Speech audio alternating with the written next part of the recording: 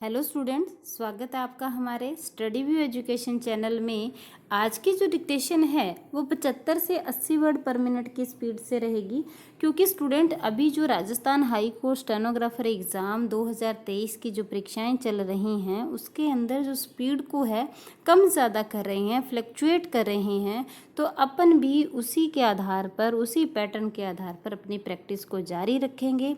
तो आप भी ऐसे ही कीजिए, फ्लैक्चुएट वाली जो डिक्टेशंस है वो ज़्यादा से ज़्यादा लिखिए ताकि आपको फाइनल एग्ज़ाम के अंदर ज़्यादा से ज़्यादा मदद मिले। और जैसे ही आप इस डिक्टेशन को लिख लेते हो, आउटलाइन बना लेते हो, तो इसकी हिंदी करके ज़रूर देखिए कि आपसे ये हिंदी बन पा रही है या नहीं बन पा रही। आपने जो आउटलाइन बनाई है वो पढ़ने में आपको आ रही है, समझ में आ रही है, तो well and good. Dictation start होगी 3 सेकंड बाद। स्टार्ट। अभियोजन का मामला संक्षेप में है कि फरियादी अपीलार्थी माया प्रजापति ने एक लिखित शिकायत महिला थाना भोपाल में प्रस्तुत की, जिसमें यह उल्लेख किया कि उसका विवाह दिनांक 13/5/2014 को हिंदू रीति रिवाज से रामू प्रजापति के साथ हुआ था। उस समय वह आंगनवाड़ी में नौकरी करती थी, जिसे आरोपी उसके पति ने यह कहकर छुड़वा दी कि तुझे नौकरी करने की क्या ज़रूरत है, तेरी जिम्मेदारी मेरी है एवं भविष्य में तुझे कोई तकलीफ नहीं दूंगा और तेरी सारी ज़रूरतों को मैं पूरा करूंगा विराम। लेकिन विवाह के 2 माह के पश्चात से ही ससुराल पक्ष के लोगों द्वारा उसके साथ अभद्र व्यवहार करना शुरू कर दिया विराम। उसके पति, सास मुल्लोबाई, ससुर राम प्रसाद, जेठ मोहन और हरिचरण मिलकर उसके साथ गंदी गंदी गालियां देना और उसे प्रताड़ित करना शुरू कर दिया विराम। लगभग 1 वर्ष बाद उन्होंने खुलकर 2 लाख रुपए मायके से लाने की मांग की और कुछ दिन बाद धमकी दी कि यदि रुपए नहीं ला सकती तो मायके चली जाओ। और उसके बाद वे लोग उसके साथ मारपीट करने लगे विराम।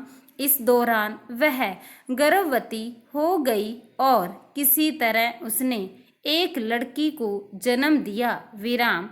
लड़की के जन्म के बाद पति ने कहा कि उसे लड़की नहीं चाहिए, लड़की की कोई जिम्मेदारी नहीं उठाऊंगा विराम। उसने पति और ससुराल वालों को समझाने की कोशिश की, लेकिन वह नहीं माने विराम। ससुराल वाले और पति उसे घर में नहीं रखना चाहते विराम। इस आधार पर महिला थाना भोपाल में अपराध क्रमांक 0/18 पंजीबद्ध किया गया और उसके आधार पर थाना रायसेन में अपराध क्रमांक 264/2018 पंजीबद्ध कर विवेचना की गई विराम। विवेचना के दौरान घटनास्थल का नक्शा मौका तैयार किया गया तथा विवाह पत्रिका की छाया प्रति जब्त की गई और दहेज के सामान की लिस्ट, विवाह की फोटो जब्त किए गए विराम। अनुसंधान बाद आरोपी गण के विरुद्ध संबंधित न्यायालय में अभियोग पत्र प्रस्तुत किया गया। पैरा। विचारण न्यायालय ने आरोपी गण के विरुद्ध प्रथम दृष्टया धारा 498 ए सह पठित धारा 34 भारतीय दंड संहिता एवं धारा 3/4 दहेज प्रतिषेध अधिनियम का आरोप पाते हुए उक्त धाराओं में आरोप सुनाया गया। आरोपीगण ने आरोप से इनकार किया विराम।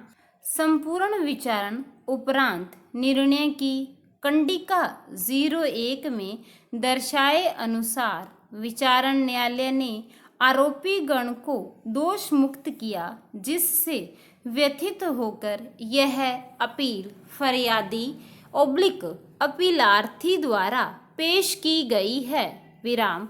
बचाव पक्ष का बचाव रहा कि फरियादी आरोपी गण पर दबाव बनाती थी कि उसका पति भोपाल चलकर रहे, इसलिए झूठा फंसाया गया है।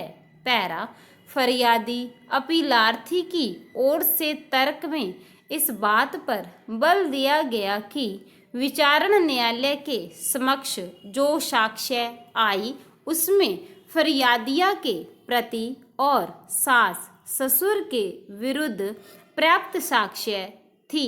इसके बावजूद विचारण न्यायालय ने उसकी समुचित रूप से व्याख्या नहीं की। स्टॉप।